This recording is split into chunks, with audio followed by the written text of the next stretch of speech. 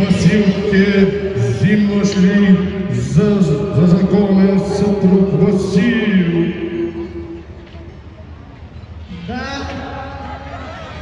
А ти, Василе, взимаш ли Василка за законна съпруга?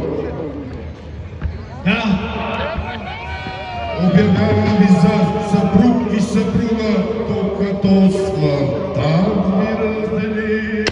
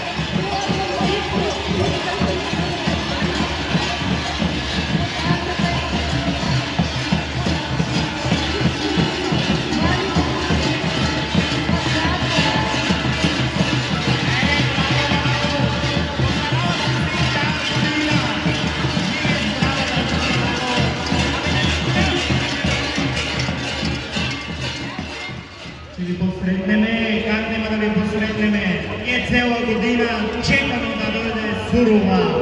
Айде, бабо, дай да ги дариме. Дай от богачата. Епи, а така. Каква удоволствие направили. Та сала.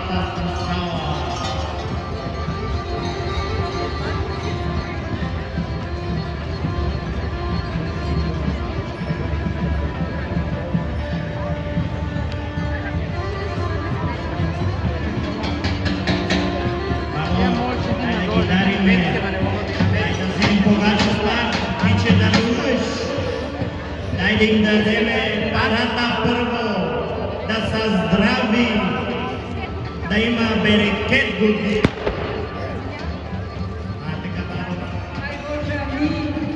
Дай им пипетите, да се олута, да тура уваривото. А така, ябълки им дай, да е по-дорого.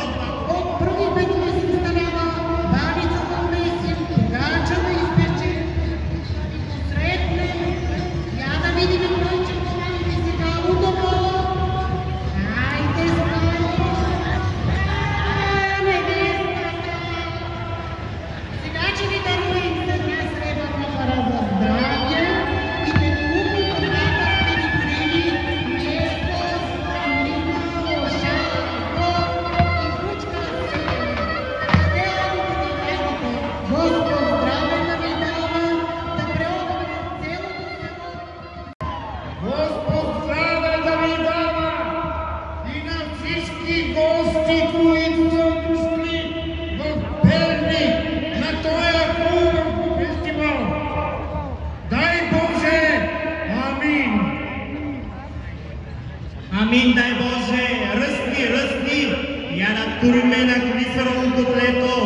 Остинка. Бабо, тури на клисаровите ибре, тури мои от зубите пипиерки. Дай от сланината, дай от варивото, всичко, що смо приготвили, да са здрави. Мечкар, доведи тая мечка, бре! Доведи мечката да нагази бабата! Прегърбива се! Нече да оди да жге, нече да сее, нече да копа, само се сбира с кумшиките после зеленките. А така, бето, а така, я да туриме на мечкара от кебередето, нещо за здраве. А така. Сината тето!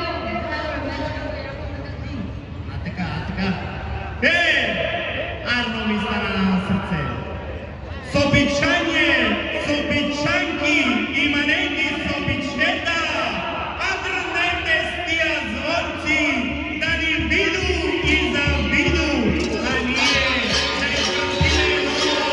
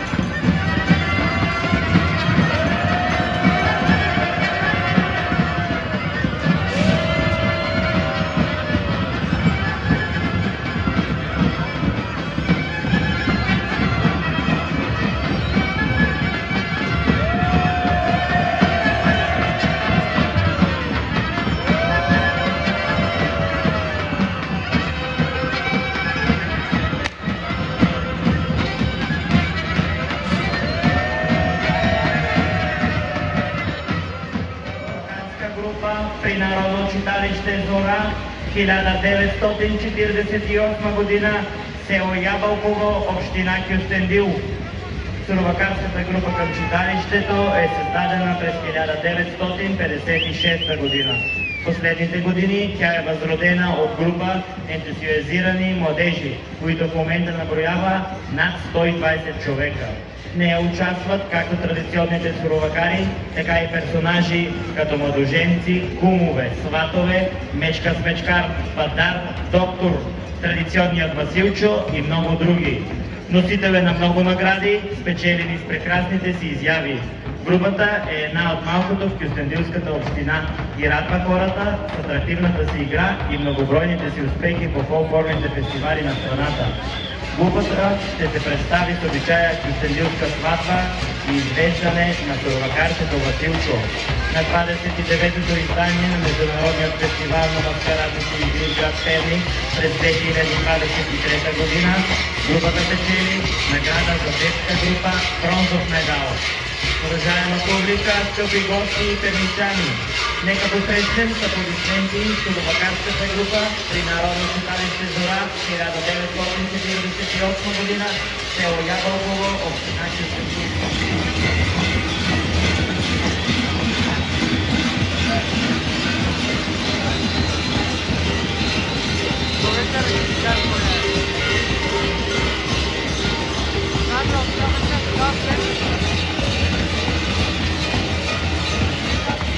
Международният фестивал на театъра на нациите в Нанси, Франция. През 1982 година групата печели златен медал в град София. 3 поредни години печели първата награда в град Стара Загора. Има участия и награди от фестивали в градовете Ямбол, Раковски, село Широка Лоза, село Сушица, Виноградец, Турия. През 2013 година на 22-я фестивал в град Перник печели наградата на публиката, а на следващата година на 23-я фестивал в град Перник печели наградата на президента на Федерацията на европейските карнавални градове Хенри ван дер Кроун. На Сурова 2018 година печели златен медал за маски и костюми. През 2019 година на Международният фестивал на маскарадните игри в град Перник печелят златна купа на Федерацията на европейските карнавални градове и отново наградата на президента на ПЕК.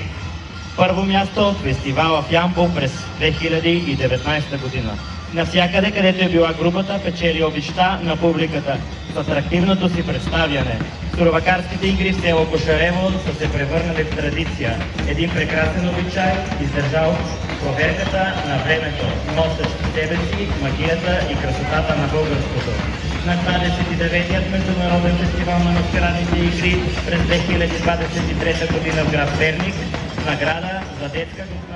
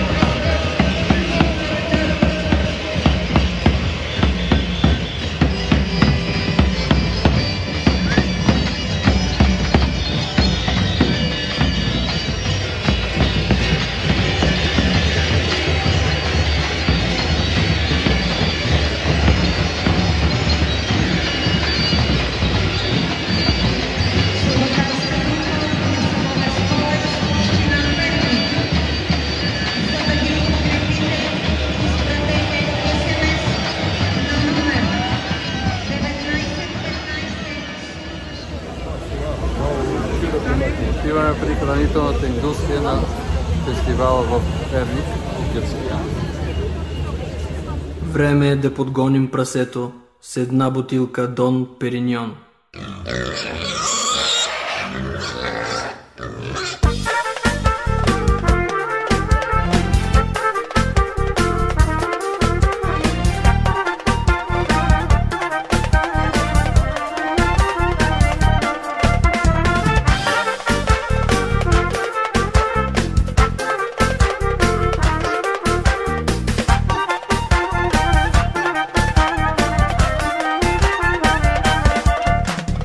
Свинското обичам, след прасето тичам, с нож като бръснач. Стой, стой, хвани го! Прасета, прасета, всичките прасета на мезета. Прасета, прасета, всичките в буркани и в мазета. Прасета, прасета, всичките прасета на мезета. Прасета,